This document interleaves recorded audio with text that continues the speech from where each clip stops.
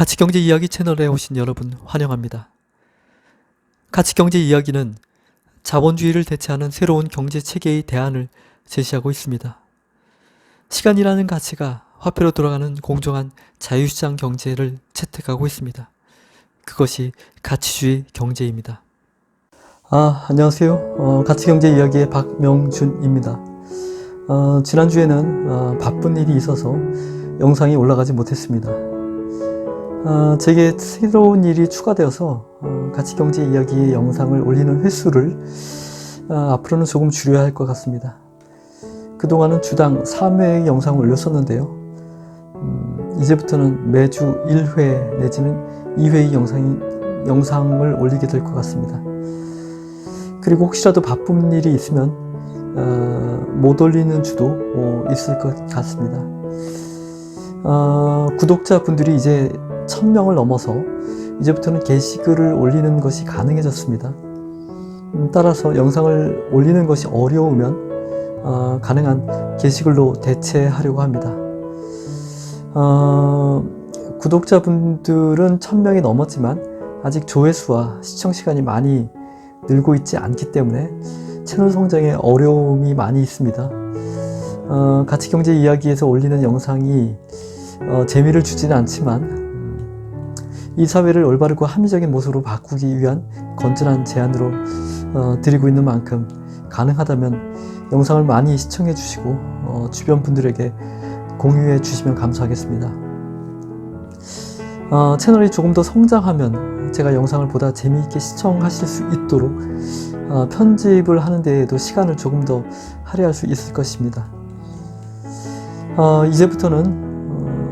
이번 주부터는 그동안 진행하지 못했던 가치주의 경제의 핵심적인 영역인 가치 산정에 대해서 본격적으로 들어가려고 합니다.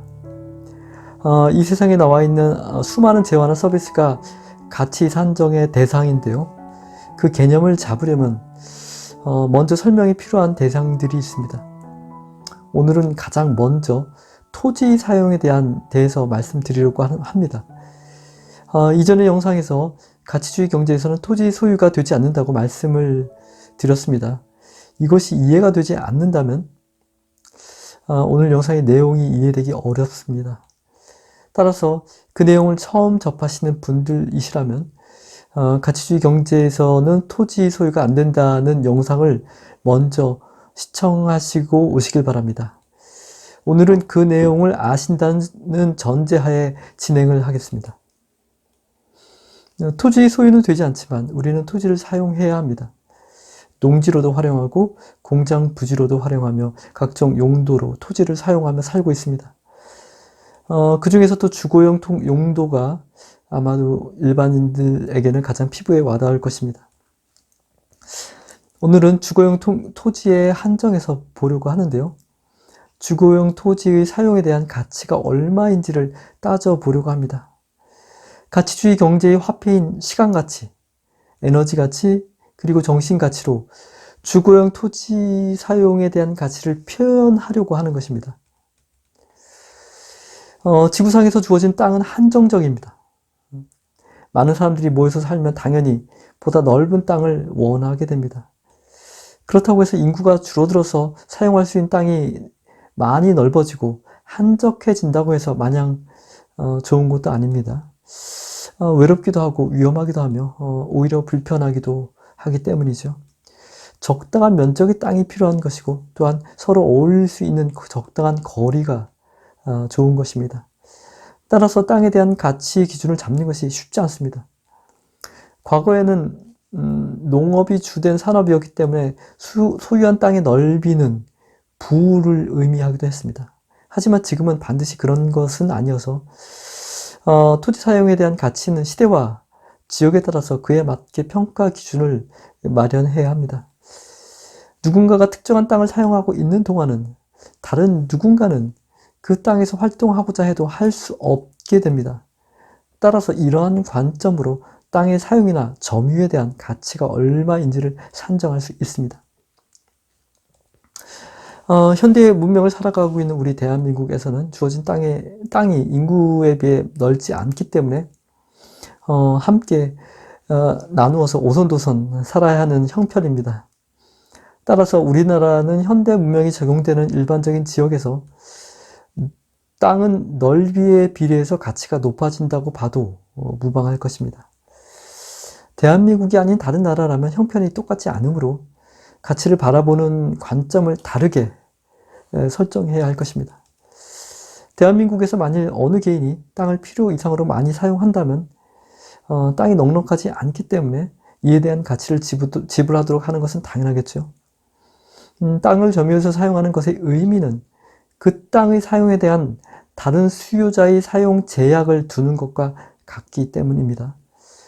즉, 어느 땅을 점유하고 있으면 점유하는 시간 동안 그 땅을 사용하고자 하는 다른 사람의 그 땅에서의 활동의 자유와 시간을 빼앗는 것과 같은 것이라고 보는 것입니다.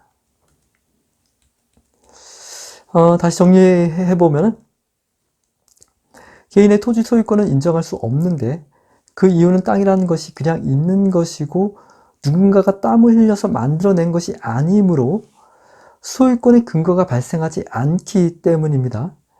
그리고 소유권을 인정하게 되면 타인이나 자연에게 토지 사용에 대한 권리를 침해하는 문제도 발생합니다.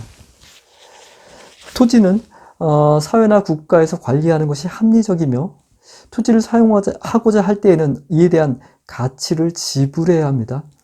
그 가치를 한정하는 방법은 누군가가 토지를 점유하고 있는 동안 그 땅을 사용하려고 하는 타인에게 그 땅에서의 활동의 자유와 시간을 빼앗기는 것이라고 보는 관점에서 찾을 수 있습니다. 물론 토지마다 그 위치에 따라서 가치가 달라지겠지만 이 부분은 다음 영상에서 설명을 드릴 것이고요. 오늘은 토지의 위치에 따라서 사용하는 가치가 일정하다는 가정하에 가치 산정을 진행할 것입니다. 그렇다면 사용 가능한 주거용 토지의 총 면적과 주거용 토지를 사용하려는 수요를 계산해서 가구당 점유 가능한 토지 면적이 얼마인지를 알아낸다면 토지의 과다 점유 시 발생하게 되는 타인의 시간가치 손실을 계산할 수 있게 됩니다. 여기에서 에너지가치와 정신가치는 해당 사항이 없습니다. 오직 시간가치만이 토지 사용에 대한 가치와 관련이 있습니다. 주거용 토지의 전체 면적은 국토의 전체 면적에서 자연점유지, 공공시설용 부지, 농사용 부지, 산업용 부지, 상업용 부지, 문화용 부지 등 국가에서 필요에 의해서 지정한 부지의 면적을 모두 제외시키면 얻을 수 있습니다.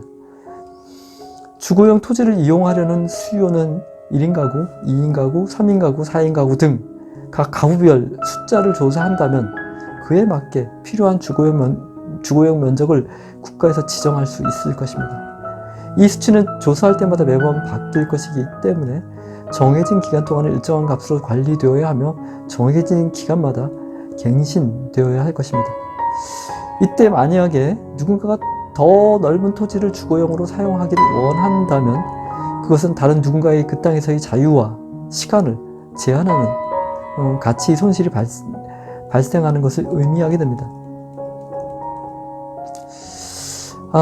오늘은 가치 산정이 본격적으로 들어가는 첫 번째 시간이었고요. 토지 사용에 대한 가치 산정에 대해서 말씀드렸습니다.